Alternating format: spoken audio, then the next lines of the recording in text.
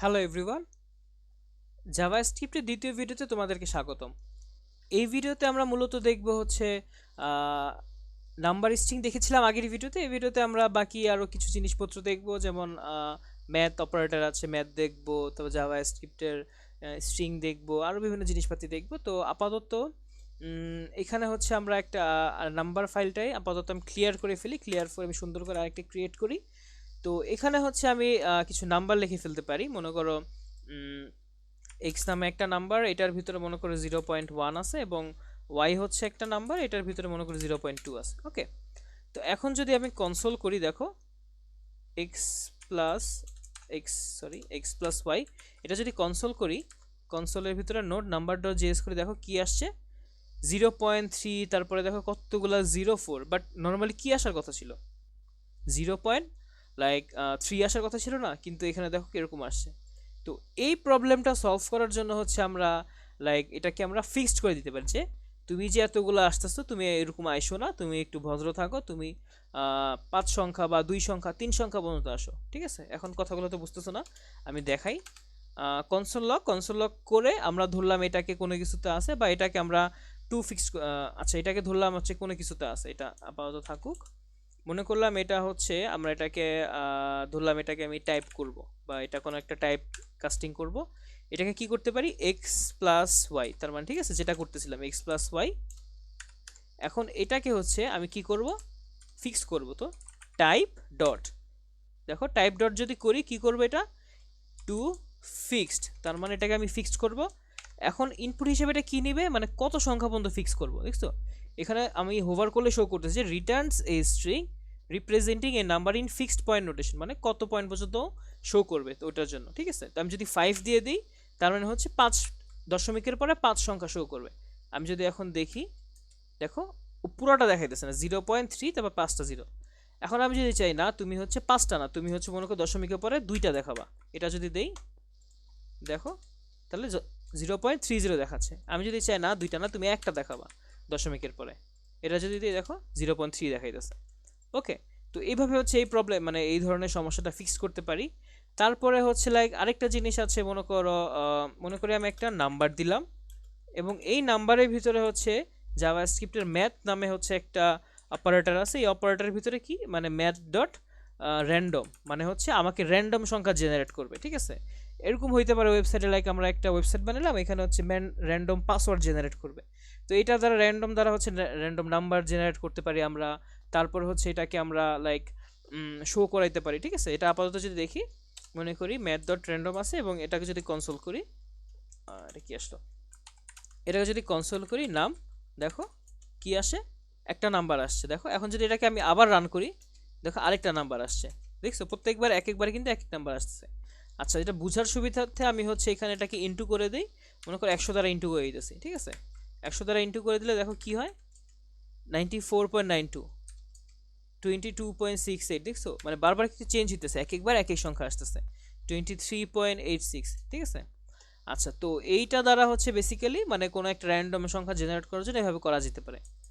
আরেকটা জিনিস আছে, ওইটা মনে করো আমি যে এই টাইপটা আছে, এটাকে হচ্ছে দুইভাবে, মানে দুইটা জিনিস করা যেতে পারে। ঠিক আছে, মনে করি এখানে আমি একটা জিনিস নিলাম, যে একটা রেজাল্ট নিলাম, এই রেজাল্টটা কি করবে, এটা হচ্ছে ম্যাট ডট যেই নাম্বারটা আছে ওটাকে রাউন্ড করবে। ঠিক আছে, মানে এই যে নাম্বারটা এটাকে রাউন্ড করবে। দেখো ম্যাট ডট রাউন্ড, মানে তুমি যেমনই থাকো না কেন, তুমি একটা ফিক্সড, মানে তুমি দোকানে গিয়ে বললা, যেমন তুমি যদি 50 পয়সা 50 টাকা বা 20 পয়সার জিনিস কিনলা হয়, তোমাকে ওইটা 50 টাকা রাখবে, অথবা হতে পারে ও এটা 51 টাকা রাখবে, এরকম আর কি। মানে দোকানদার হচ্ছে তোমাকে একটা রাউন্ড করে দিবে, বা তুমি হচ্ছে রাউন্ড করে টাকাটা দিবা।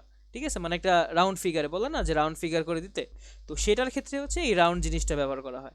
ওকে, তো এখন যদি এখানে আমি নামটা লিখি, নাম লিখে এটাকে আমি এখন কনসোল করব, যে কনসোল রেজাল্ট, মানে যে রেজাল্টটা আছে এটাকে আমরা কনসোল করলাম। এখন দেখি কি আসে, 1। আচ্ছা এটাকে হচ্ছে আমরা আপাতত এটা আচ্ছা থাকুক।